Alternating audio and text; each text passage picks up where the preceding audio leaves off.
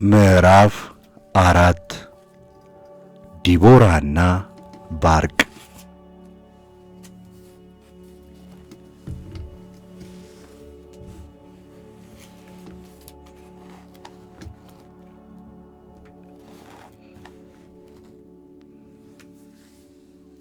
የእስራኤል ልጆች በእግዚአብሔር ፊት እንደገና ክፉ ሥራ ሠሩ። ናዖድ ግን ሞቶ ነበር።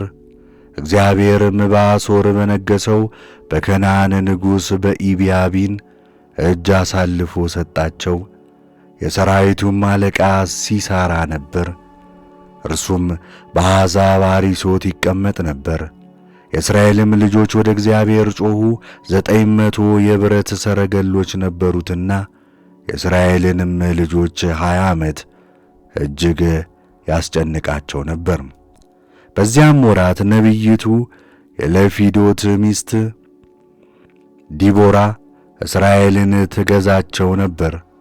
እርሷም በኤፍሬም ተራራ በቤቴልና በኢያማ መካከል የዲቦራ ዘንባባ ተብሎ በሚጠራው ዛፍ ስር ተቀምጣ ነበር። የእስራኤልም ልጆች ወደ እርሷ ለፍርድ ይወጡ ነበር። ዲቦራም ልካ ከቃዴስ ንፍታሌምን ከአቢኒሄምን ልጅ ባርቅን ጠርታ እንዲህ አለችው፣ የእስራኤል አምላክ እግዚአብሔር እንዲህ ብሎ ያዘዘህ አይደለምን? ሄደ ወደ ታቦር ተራራ ውጣ። ከአንተም ጋር ከንፍታሌም ከዛብሎን ልጆች 10,000 ሰዎችን ውሰድ። እኔም የኢያቢንን ሰራዊት አለቃ ሲሣራንን ሰረገሎቹንና ሕዝቡንም ሁሉ ወደ አንተ ወደ ቂሶን ወንዝ እስባለሁ፣ በእጅህም አሳልፌ እሰጠዋለሁ። ባርቅም አንቺ ከኔ ጋር ብትሄጂ እኔ እሄዳለሁ፣ አንቺ ግን ከኔ ጋር ባትሄጂ እኔ አልሄድም፣ እግዚአብሔር መልአኩን ከእኔ ጋር የሚልክበት ዕለት አላውቃትምና አላት። ዲቦራም በእውነት ከአንተ ጋር እሄዳለሁ፣ ነገር ግን እግዚአብሔር ሲሣራን በሴት እጅ አሳልፎ ይሰጣልና በዚህ በምትሄድበት መንገድ ለአንተ ክብር አይሆንም አለችው። ዲቦራም ተነስታ ከባርቅ ጋር ወደ ቃዴስ ሄደች። ባርቅም ዛብሎንንና ንፍታሌምን ወደ ቃዴስ ጠራቸው። 10,000 ሰዎች ተከትለውት ወጡ። ዲቦራም ከእርሱ ጋር ወጣች። ቄናዊውም ሄቤር ከሙሴ አማት ከኢዮባብ ልጆች ከቄናውያን ተለይቶ ድንኳኑን በቃዴስ አጠገብ እስከ ነበረው ታላቅ ዛፍ ድረስ ተከለ። ከአቢኒሄምም ልጅ ባርቅ ወደ ታቦር ተራራ እንደወጣ ለሲሣራ ነገሩት። ሲሣራም ሰረገሎቹን ሁሉ 900 የብረት ሰረገሎች ከእርሱም ጋር የነበሩትን ሕዝቡን ሁሉ ከአሕዛብ አሪሶት ወደ ቂሶን ወንዝ ሰበሰባቸው።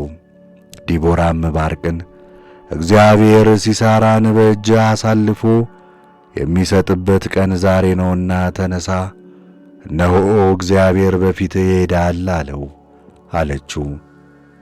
ባርቅም 10,000 ሰዎች ተከትለውት ከታቦር ተራራ ወረደ። እግዚአብሔርም ሲሣራን ሰረገሎቹንም ሁሉ ሰራዊቱንም ሁሉ ከባርቅ ፊት በሰይፍ ስለት አስደነገጣቸው። ሲሣራም ከሰረገላው ወርዶ በእግሩ ሸሸ። ባርቅም ሰረገሎቹንና ሰራዊቱን እስከ አሕዛብ አሪሶት ድረስ አባረረ። የሲሣራም ሰራዊት ሁሉ በሰይፍ ስለት ወደቀ፣ አንድም እንኳን አልቀረም።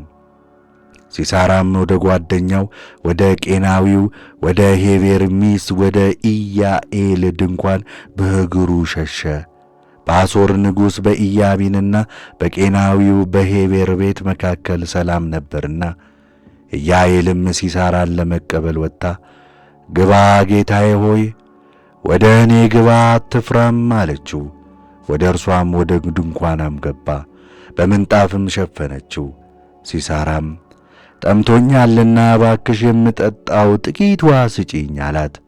እርሷም የወተቱን ዕቃ ፈታ አጠጣችው፣ ፊቱንም ሸፈነችው። እርሱም ከድንኳኑ ደጃፍ ቁሚ፣ ሰውም መጥቶ በዚህ ሰው አለን ብሎ ቢጠይቅሽ አንቺ የለም ትዪዋለሽ አላት። የዔቤርም ሚስት ኢያዔል የድንኳኑን ካስማ ወሰደች። በሁለተኛ እጇም መዶሻን ያዘች። ቀስ ብላም ወደ እርሱ ቀረበች። በጆሮ ግንዱም ካስማውን ቸነከረችበት። እርሱም ደክሞ አንቀላፍቶ ነበርና ካስማው ወደ መሬት ጠለቀ። እርሷም ከእግሯ በታች ተንፈራፈረ። እርሱም ከእግሯ በታች ተንፈራፈረ፣ ተዘርሮም ሞተ።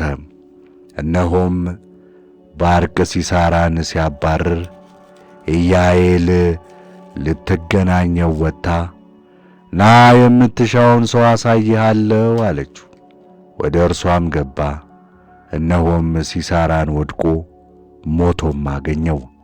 ካስማውም በጆሮ ጉንዱ ውስጥ ነበር። በዚያ ቀን እግዚአብሔር የከነዓንን ንጉሥ ኢያቢንን በእስራኤል ልጆች ፊት አዋረደው። የከነዓንን ንጉሥ ኢያቢንን እስኪያጠፉት ድረስ በከነዓን ንጉሥ በኢያቢን ላይ የእስራኤል ልጆች እጅ እየበረታም ሄደ።